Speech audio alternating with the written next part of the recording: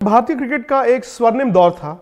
वो दौर शायद टेस्ट क्रिकेट में शुरू होता है 2002 से लेकर 2011 तक। लेकिन एक ऐसा दौर भी था जहां पर भारत ने वर्ल्ड कप जीता, वर्ल्ड T20 जीता, टेस्ट क्रिकेट में नंबर 1 बने। और उस वक्त लोग ये नहीं कहते थे कि भारत नंबर 1 है क्योंकि पैसा है भारत में, इसलिए क्योंकि उस वक्त भारत की टीम शानदार थी दोनों फॉर्मेट्स में। मेरे साथ उस टीम के एक नायक हैं जिनका नाम है गौतम गंभीर। और गौतम ने कुछ दिन पहले यह कहा कि बस अब और नहीं। मैं काफ़ी क्रिकेट खेला, भारत के लिए खेला, अपने स्टेट के लिए खेला, IPL में खेला, लेकिन अब मुझे और आगे कुछ दिखता नहीं। हालांकि गौतम, मेरा यह मानना है कि जब आप world cup 2011 man of the match final में रह गए, हालांकि आपने सबसे ज़्यादा रन बनाए, वर्ल्ड T20 फाइनल में आपने सबसे ज़्यादा रन बनाए, ऐसे खिलाड़ी का एकदम से वनडे करियर 1 साल बाद खत्म हो गया, ये तो मुझे उसी वक्त थोड़ा सा अजीब लगता था। मेरा सवाल पहला आपसे ये है, रादर देन मैं बहुत ज़्यादा पीछे जाऊं कि आपने क्या किया, मैं आपसे ये जानना चाहता हूं कि आपको गिला है जो आप नहीं कर पाए, क्योंकि 6 साल हो गए इस बात को भी। 6 साल आप अपने अंदर कैसे लड़ते रहे कि मैं वापस आ सकता हूं, वापस आ सकता हूं, वापस आ सकता हूं। देखिए, सबसे बड़ा गिला एक ही चीज़ का है कि मेरे टेस्ट फॉर्म, और टेस्ट फॉर्म भी वो जब मैंने लास्ट सीरीज़ खेली थी उसमें 350 रन बनाए थे इंग्लैंड के अगेंस्ट, जो हम वो टेस्ट सीरीज़ हारे थे एट होम जब एलिस्टर कुक कैप्टन था। उसके फॉर्म पे मेरे को वनडे क्रिकेट से भी ड्रॉप किया गया। अगर आप आज देखो तो आपको एक फॉर्मेट से ड्रॉप किया जाता है, सारे फॉर्मेट से ड्रॉप नहीं किया जाता। और शायद 2012 में मैं नंबर 7 या 8 था ICC टेस्ट रैंकिंग में, और सेकंड हाईएस्ट रन गेटर था इंडिया के लिए। और उसके बावजूद जब ड्रॉप हुआ उसके बाद मैंने वनडे क्रिकेट में कोई कमबैक नहीं किया। वो थोड़ा अनफॉर्चुनेट था, वो थोड़ा आई थिंक बहुत मुश्किल से एक्सेप्ट भी किया गया था, बिकॉज मुझे लग रहा था कि अगर लोगों को लग रहा है कि मैंने बहुत टाइम से टेस्ट क्रिकेट में 100 नहीं बनाया, बिकॉज उस टाइम पे क्या होता था कि अगर आप 100 नहीं बना रहे तो मतलब आप फेलियर हो। अगर आप हालांकि उस सीरीज़ में देखो जो मैंने लास्ट टेस्ट सीरीज़ खेली थी इंग्लैंड के अगेंस्ट, उसमें मेरे 4 टेस्ट मैच में 5-50 थे, और उसके बावजूद ड्रॉप हुआ। फिर उसके बाद वनडे क्रिकेट से भी ड्रॉप हुआ। तो आई थिंक वो जो वनडे क्रिकेट से ड्रॉप हुआ था ना, वो बहुत ज़्यादा चैलेंजिंग था, वो ज़्यादा एक्सेप्ट करना नहीं, लेकिन ये 6 साल आप लड़ते रहे, 6 साल वनडे क्रिकेट के लिहाज से और 5 साल टेस्ट क्रिकेट के लिहाज से। आसान नहीं होता होगा कि आप छोटी छोटी जगह जाकर रणजी ट्रॉफी मैच खेलो, क्लब के मैच खेलो, इस उम्मीद में कि मैं क्रिकेट तो खेल रहा हूं लेकिन एक बार फिर भारत के लिए खेलूंगा। इस दौरान आपका एक कमबैक हुआ, उसमें भी परफॉर्मेंस ठीक ठाक ही थी, उसके बाद उसमें भी दोबारा मौका नहीं दिया गया आपको। देखिए, 2012 के बाद 2 कमबैक हुए। एक 2014 में इंग्लैंड, जहाँ पर सिर्फ 2 टेस्ट मैच खेला, उधर रन नहीं बनाए, उसके बाद आके ड्रॉप हो गया। किसी के भी नहीं बने थे, किसी के भी नहीं बने थे, लेकिन अनफॉर्चुनेटली ड्रॉप सिर्फ मैं ही हुआ था उस साइड से। फिर 2016 में जहाँ पर 2 टेस्ट मैच खेला, उसके बाद ड्रॉप हो गया। तो आप देखें 2012 से लेकर 2018 तक सिर्फ 4 टेस्ट मैच खेले। But again no regret. मुझे लगता है कि जितना आप कर सकते थे देश के लिए उतना आपने किया। और अल्टीमेटली मैंने हमेशा ये छोटे बच्चों को भी यही बात बोली है कि अगर आप सिर्फ प्लेटफॉर्म देख के अपनी क्रिकेट खेलेंगे, अगर आप प्लेटफॉर्म सोच के अपनी क्रिकेट खेलेंगे, तो आप हमेशा फ्रस्ट्रेटेड रहेंगे। आप खेलना इंडिया के लिए चाहते हैं और आपका दिमाग इंडिया खेलने में है, और आप कॉन्सेंट्रेट रणजी ट्रॉफी में नहीं कर रहे, ना तो आप वहाँ पर हैं, और जहाँ पर आप हैं वहाँ पर भी कॉन्सेंट्रेट नहीं कर सकते। तो मैंने हमेशा ये सोचा था कि जब मैं ड्रॉप हुआ था, आई थिंक रणजी ट्रॉफी भी बहुत कम लोगों को मिलती है खेलने को। और रणजी ट्रॉफी खेलने के लिए भी लोग, हज़ारों बच्चे एक ड्रीम करते हैं कि हम दिल्ली के रणजी ट्रॉफी के ड्रेसिंग रूम में बैठें। तो अगर मैं वो एक फॉर्चुनेट लड़का हूँ तो कोशिश करूँ कि जितने ज़्यादा से ज़्यादा रन बना सकूँ और टीम को जिताऊँ, बिकॉज अल्टीमेटली आपका एम टीम को जिताना होता है और खुशी वाले ड्रेसिंग रूम में आना होता है। तो आई थिंक उसी वजह से, इसी एटीट्यूड की वजह से मैं इतने साल खेल पाया, नहीं तो I think I would have retired long time back. 58 test match एक बड़ा पैमाना होता है जिसमें आपके 9 टेस्ट सेंचुरीज हैं, उसके अलावा वनडे में आपकी 11 शतक हैं। पीछे मुड़ के अपने करियर को किस तरह से देखते हैं आप? आपने कंट्रीब्यूट किया या आप बहुत खुश हैं? देखिए, ऑब्वियसली कहीं ना कहीं रिग्रेट्स हैं। सबसे बड़ा रिग्रेट एक ही है कि 2011 में जब आप वर्ल्ड चैंपियंस थे, उसके बाद आपको 2015 में उसको डिफेंड करने का मौका नहीं मिला। और शायद मैं ही एक ऐसा खिलाड़ी होऊंगा जिसने एक ही वर्ल्ड कप खेला है, 50 ओवर वर्ल्ड कप खेला सारे उसमें। हाँ, अगर आप देखें एक ही 50 ओवर वर्ल्ड कप खेला है। अनफॉर्चुनेट चीज़ ये है कि एक वर्ल्ड कप 50 ओवर खेला और उसी के विनिंग मेंबर बन गए। बिकॉज जब when I was growing up तो मेरे लिए सबसे ज़्यादा इंपॉर्टेंट 50 ओवर वर्ल्ड कप था। T20 वर्ल्ड कप बहुत बाद में आया, बट मेरी एक ड्रीम थी कि to become a part of a winning world cup team और देश को वर्ल्ड कप जिताना। तो आप एक वर्ल्ड कप खेले, उसके बाद उसी वर्ल्ड कप में आप जीत गए, तो इससे बड़ी चीज़ कुछ नहीं हो सकती। लेकिन रिग्रेट ये था कि अगर 2015 में आपको मौका मिलता उसको डिफेंड करने का, उससे बेटर चीज़ कुछ भी नहीं हो सकती। और शायद 2012 एकदम ऑस्ट्रेलिया में ही, चूंकि 2015 का वर्ल्ड कप था, मुझे याद है 2012 वो जो ट्राई सीरीज थी 2011 जीतने के बिल्कुल 1 साल बाद, जहां पर आप, सचिन और वीरेंद्र सहवाग, ये भारत के 1, 2, 3 हुआ करते थे। आपको अचानक से अचंभा लगा जब ये ऐलान किया गया उस वनडे सीरीज में कि ये तीनों सलामी बल्लेबाज रोटेट होंगे क्योंकि धोनी 2015 वर्ल्ड कप के लिहाज से सोच रहे थे और उन्होंने कहा कि मैं इन तीनों को एक साथ वर्ल्ड कप नहीं खिला सकता हूं क्योंकि ऑस्ट्रेलिया ग्राउंड बड़े हैं और मुझे अच्छे फील्डर चाहिए। हालांकि तीनों ही नहीं खेले उसके बाद 2015। देखिए ऑब्वियसली बहुत सरप्राइजिंग था, बिकॉज मैंने अपने करियर में और शायद किसी ने भी किसी के करियर में ऐसा नहीं सुना होगा कि सिर्फ 2012 में ही आप डिसाइड करते हो कि 2015 में आपने किन खिलाड़ियों को खिलाना है। बिकॉज अल्टीमेटली जब आप वर्ल्ड कप के लिए टीम सेलेक्ट करते हो तो किस तरीके के खिलाड़ी उस टाइम पे फॉर्म पे होते हैं वो बहुत मैटर करता है। अगर आज आप अभी से सोच लो कि हमने, चलो अभी से आप सोच सकते हो क्योंकि आपके शायद 10 या 15 वनडे रह गए वर्ल्ड कप से पहले, लेकिन आप 2012 में अगर 2015 की टीम बनाने की कोशिश कर रहे हो तो वो कहीं ना कहीं अनफॉर्चुनेट है भी और वो अनफेयर है भी तीनों खिलाड़ियों के लिए। बिकॉज इंटरनेशनल क्रिकेट में अगर तो आप फील्ड में लाइबिलिटी हो, अगर आप अपनी बैटिंग से कंट्रीब्यूट नहीं कर रहे तब you can take a call, लेकिन अगर आप लाइबिलिटी नहीं हो, अगर आप बैटिंग से कंट्रीब्यूट कर रहे हो, अल्टीमेटली आपकी स्किल बहुत मैटर करती है। आप एज अ बैट्समैन अगर आप कंट्रीब्यूट कर रहे हो प्लस एज अ फील्डर अगर आप लाइबिलिटी नहीं हो तो आई डोंट थिंक सो कि age can be the number.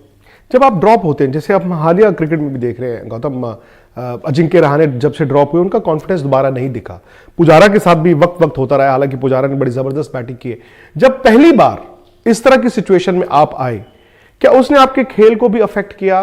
क्या आपका कॉन्फिडेंस खेल में भी गिरा उसके बाद से, जब आप पर सवाल उठने शुरू हुए कि भाई जिस भी वजह से आपको ड्रॉप किया गया हो? एब्सोल्युटली, अगर सबसे बड़ी चीज़ इंटरनेशनल क्रिकेट में एक सिक्योरिटी है, और आई एम श्योर बाकी खिलाड़ियों को, कई ऐसे खिलाड़ी हैं उनको बहुत ज़्यादा सिक्योरिटी मिली भी है। अगर आप बड़े से बड़े खिलाड़ी को ये बोलो कि अगर आप इस सीरीज़ में रन नहीं बनाओगे तो आप अगली सीरीज़ में ड्रॉप हो जाओगे, तो उसका बैट ही नहीं उठेगा। अगर जो इतने ग्रेट्स हुए हैं इंडियन क्रिकेट में उन सबको कभी ना कभी कहीं ना कहीं सिक्योरिटी मिली है। और अगर आप आज भी देखें तो कई ऐसे खिलाड़ी हैं, मैं नाम नहीं लेना चाहूँगा, उनको सिक्योरिटी मिलती है, एक्स्ट्रा सिक्योरिटी मिलती है। तो बट अगर आपको इनसिक्योर रखा जाएगा तो कहीं ना कहीं अगर आप सिर्फ हमेशा अपनी प्लेस के लिए खेल रहे हो तो फिर आप एक ही चीज़ सोचते हो कि मेरे रन बन जाए रादर देन टीम को जिताने के लिए, बिकॉज आप हमेशा अपनी प्लेस के लिए खेल रहे हो। तो हाँ, जब ऑब्वियसली क्वेश्चन मार्क उठे थे और वो क्वेश्चन मार्क्स अनफेयर तरीके से उठे थे, ये नहीं कि मैं कॉन्ट्रीब्यूट नहीं कर रहा था। अल्टीमेटली आप कंट्रीब्यूट भी कर रहे हो, आपने वनडे क्रिकेट में रन बनाए हैं, आप टेस्ट क्रिकेट में रन बना रहे थे। हाँ, आपने 100 नहीं बनाया, नो डाउट, मैं एक्सेप्ट करता हूँ कि मैंने 100 नहीं बनाया, लेकिन अगर आप सीरीज़ देखें जिस तरीके से मैं कंट्रीब्यूट कर रहा था, उसके बावजूद जब आप ड्रॉप हुए तो कई बार आपको लगता है, प्लस उसके बाद आपको कोई ये बोला नहीं गया था, कोई रीज़न नहीं दिया गया था, ये रीज़न दिया गया था कि आप बैटिंग अच्छे तरीके से नहीं करें। मुझे याद है संदीप पाटिल ने मुझे ये बात बोली थी फ़ोन करके कि आपको रनों की वजह से ड्रॉप नहीं किया गया, आपको आपकी बैटिंग की वजह से ड्रॉप किया गया, कि आपकी बैटिंग जिस तरीके से हम चाहते हैं आप बैटिंग करें उस तरीके से आप टेस्ट में बैटिंग नहीं करें। और वो मेरे को आज तक उसका रीज़न नहीं पता कि मेरे रनों की वजह से ड्रॉप नहीं किया गया, लेकिन मेरी बैटिंग, क्योंकि मैं बैटिंग अच्छी नहीं कर रहा था, जो सिलेक्टर्स को लगता था, इसलिए उन्होंने ड्रॉप किया। और मैं एक ऐसा, आज तक की बात समझ नहीं आई कि बैटिंग करने का तरीका क्या होता है और रन का पैमाना क्या होता है, क्या वो इंटरलिंक नहीं है? मुझे नहीं पता, बिकॉज और मैं एक ऐसा इंसान हूँ, मैंने आज तक कभी किसी सिलेक्टर से नहीं पूछा, बिकॉज मेरा इतना पूछना चाहिए था। वैसे देखो हर इंसान डिफरेंट है, मैंने आज तक कभी सिलेक्टर को फ़ोन नहीं किया, मैंने आज तक किसी सिलेक्टर से ये नहीं पूछा कि मैं क्यों ड्रॉप हुआ हूँ, मैंने आज तक किसी सिलेक्टर से ये भी नहीं पूछा। संदीप पाटिल 4 साल रहे, मैंने एक बार भी उनको फ़ोन करके ये नहीं पूछा कि आपका क्या पैरामीटर है कि मैं किस तरीके की बैटिंग करूँ या किस तरीके की मैं बैटिंग नहीं कर रहा, बिकॉज हर इंसान इंडिविजुअल। आई थिंक मेरी अपनी बहुत एक सेल्फ रिस्पेक्ट है, मुझे लगता है कि अगर मैं अच्छा करता रहूँगा वो मुझे ज़्यादा सेटिस्फैक्शन देगा कि रात में मैं किसी को फ़ोन उठा के मिलाऊँ और बोलूँ कि मैं क्यों नहीं मैं सिलेक्ट हो रहा या क्यों नहीं आप मुझे खिला रहे। तो शायद वही रीज़न था, मैंने कभी पूछा भी नहीं। लेकिन हाँ, एक मेरे को जब ड्रॉप होने के बाद एक रीज़न ये ज़रूर दिया गया था कि आपके रनों की वजह से ड्रॉप नहीं किया गया, आपकी बैटिंग जिस तरीके से हम चाहते हैं आप बैटिंग करें उस तरीके से आप बैटिंग नहीं करें, इसलिए आपको सिलेक्ट नहीं करें। उस दौर के कप्तान धोनी थे, उनसे आपकी रिलेशनशिप अफेक्ट हुई? क्योंकि ये भी बातें आती थी कि आपका और उनके बीच अनबन हो गई उसके बाद से। एब्सोल्युटली नॉट, आई थिंक बहुत रूमर्स हैं ये, बिकॉज अल्टीमेटली मुझे लगता है कि अगर आप डिफरेंसेस ऑफ ओपिनियन हर जगह होते हैं, फैमिलीज़ में भी होते हैं, टीम्स में भी होते हैं, अगर आप डिफरेंसेस ऑफ ओपिनियन नहीं होंगे, अगर हर इंसान का एक ही ओपिनियन होगा तो कभी ना कभी आपकी ग्रोथ हमेशा हैम्पर करेगी, आपकी ग्रोथ हो ही नहीं सकती किसी भी चीज़ में। डिफरेंसेस ऑफ ओपिनियन से ही आपको एक अच्छा ओपिनियन निकल के आता है। हाँ, there were differences of opinion, मैं डिफरेंट तरीके से क्रिकेट खेलता था, मेरे डिफरेंट आइडियाज़ थे, लेकिन जब आपका विजन एक है, जब आपका मकसद एक है कि अपने देश को जिताना, अपने देश का नाम रोशन करना, तो मुझे नहीं लगता कि कोई अभी ऐसे डिफरेंसेस थे।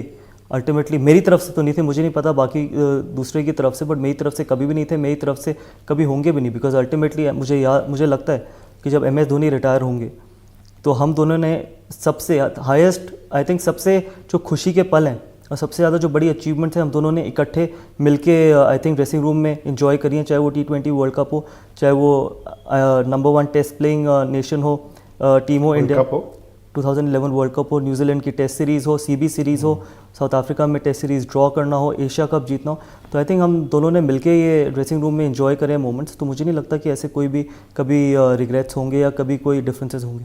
अच्छा, ये नहीं समझ आता गौतम कि आप अपनी बैटिंग को अपनी ताकत मानते थे या अपने अंदाज को अपनी ताकत मानते थे? क्योंकि बड़े मैचों में पाकिस्तान के खिलाफ मसलन, जहां बड़ा टफ एनवायरनमेंट रहा करता था और अच्छी पाकिस्तान टीम, आपकी परफॉर्मेंस बड़ी अच्छी थी, लोग कहते थे यार, जो जिनसे मैदान में भी आपकी लड़ाई होती थी, बाद में उनसे जैसे बात होती है, कहते यार वो ठीक है जिद्दी था पर प्लेयर बहुत बड़ा था। आपकी ताकत क्या थी क्रिकेट एज क्रिकेटर? अगर एक ताकत आप अपनी उठाकर बताएं। I think mental toughness, because मेरे को हमेशा लगता था, मैंने जैसे बोला है कि मेरी चाइल्डहुड ड्रीम ये नहीं थी कि मेरे को 10,000 या 20,000 रन बनाने थे इंडिया के लिए, और वो कभी भी मैंने सोचा भी नहीं था कि मैंने 20,000 रन बनाने या 100 टेस्ट मैच खेलने। शायद अगर मैंने सोचा होता तो मैं शायद खेल लेता, लेकिन मैंने हमेशा ये सोचा था कि टीम को वर्ल्ड कप जिताना है, इंडियन टीम के वर्ल्ड कप जीतने का पार्ट बनना है, बड़े टूर्नामेंट्स जिताने और टेस्ट सीरीज़ बाहर इंडिया से बाहर जितानी है।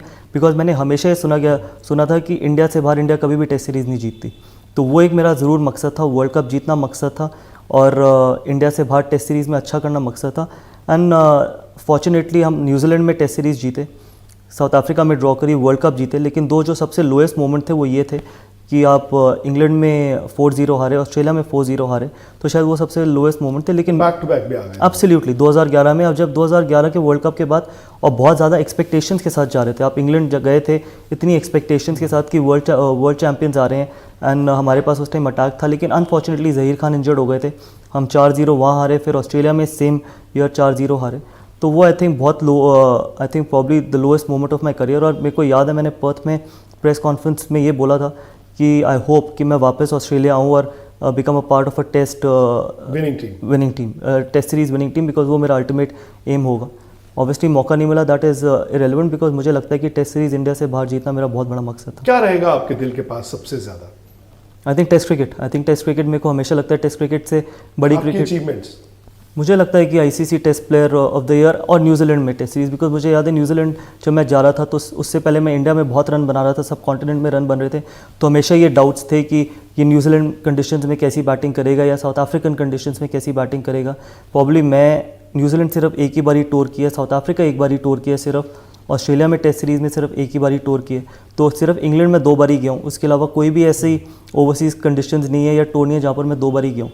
तो न्यूजीलैंड पे मेरे बहुत बड़े क्वेश्चन मार्क्स थे, एंड आई वाज हैप्पी कि मैं जिस तरीके से मैंने कंट्रीब्यूट किया। साउथ अफ्रीका में आई कंट्रीब्यूटेड, 4 इनिंग में 3 50 थे, वहाँ पर ड्रॉ किया उस टीम के अगेंस्ट जहाँ जाकर वो सीरीज हार सकते थे आखिरी दिन, वो आपकी और सचिन की पार्टनरशिप ना हुई होती। मुझे याद है चौथे दिन आपको गेंद लग गया था ना एल्बो पे, इतना सूजा हुआ था, तो ये मुझे एक मॉल में दिख गए थे, मतलब खाना खाने गए थे आप और शायद वीरेंद्र सहवाग थे, तो इतना सूजा हुआ इनका एल्बो था। अगले दिन भारत को मैच जो जीत सकते थे, बचाने के लिए खेलना था, तो मैंने अपने दफ्तर को कह दिया, मैंने कहा नहीं, कल तो गौतम गंभीर बैटिंग नहीं करेंगे, कल किसी और को सलामी बल्लेबाजी करानी पड़ेगी, आप बैटिंग करने आ गए।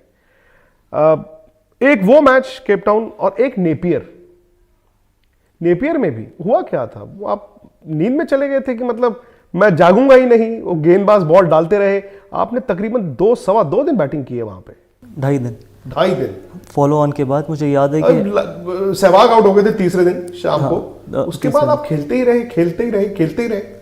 देखिए कई बार आप उस जोन में चले जाते हैं और जहाँ पर आपको लगता है कि आपको और किसी चीज़ का ध्यान नहीं होता, सिर्फ आप बॉल देखते हैं और रिएक्ट करते रहते हैं।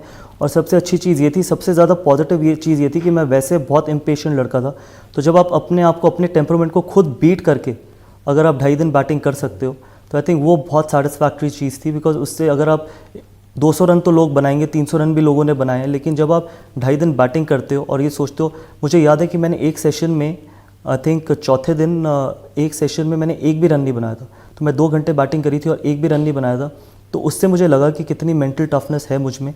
और उसके बाद मैंने रियलाइज़ किया कि मेरे पास ये भी गेम है कि मैं 2-2 दिन लगातार या एक दिन पूरा खेल सकता हूँ बिना रन बनाए। तो जब आप एक सेशन 2 घंटे खेल के एक भी रन नहीं बनाते, तो उससे पता चलता है आपका कि आप टेम्परामेंटली और मेंटली कितने ज़्यादा स्ट्रॉन्ग हो। लोग हमेशा ये बात करेंगे कि जी मेंटल टफनेस इधर से आती है उधर से आती है, मेंटल टफनेस अपने आप को, अपने जो डाउट्स हैं उनको ओवरकम करने से भी बहुत, एब्सोल्युटली अपनी जो जो आपके खुद के डाउट्स हैं, जो आपकी खुद की सिचुएशंस आपको लगता है कि आप नहीं हैंडल कर सकते, जब आप उसको ओवरकम करते हो उससे बहुत ज़्यादा मेंटल टफनेस आती है। और वो ड्रेसिंग रूम कैसा हुआ करता था? उसमें बहुत बड़े बड़े प्लेयर्स भी थे, आप लोग जीतते थे, नंबर 1 बने, वर्ल्ड कप भी जीते। उस ड्रेसिंग रूम को तो आप याद करते होंगे। बिल्कुल, आई थिंक अगर मैं कोई चीज़ मिस करूँगा आगे जाके तो सिर्फ वो ड्रेसिंग रूम, बिकॉज आप इतने अच्छे मोमेंट्स आपने इकट्ठे बिताए हैं, मतलब 18, 19 या 20 जो लोग होते थे सपोर्ट स्टाफ मिला के, कि जब आप जीतते थे, जब आप अच्छा करते थे, जब जिस तरीके से आप इन्जॉय करते थे ड्रेसिंग रूम में, जिस तरीके की कमराडरी थी, वो एक चीज़ आप हमेशा मिस करोगे। और वो एक चीज़ मुझे लगता है कि वो आप कभी वापस नहीं लेके आ सकते। आपने लोज भी बहुत देखे हैं, आपने 4-0 जैसे हमने बात करी इंग्लैंड में, 4-0 ऑस्ट्रेलिया में, ठीक है, हमने बात करी आईसीसी वर्ल्ड कप जो इंग्लैंड में हुआ था, वेस्ट इंडीज़ में हुआ था, लेकिन जो वो अच्छी मेमोरीज़ हैं वो आप पूरी ज़िंदगी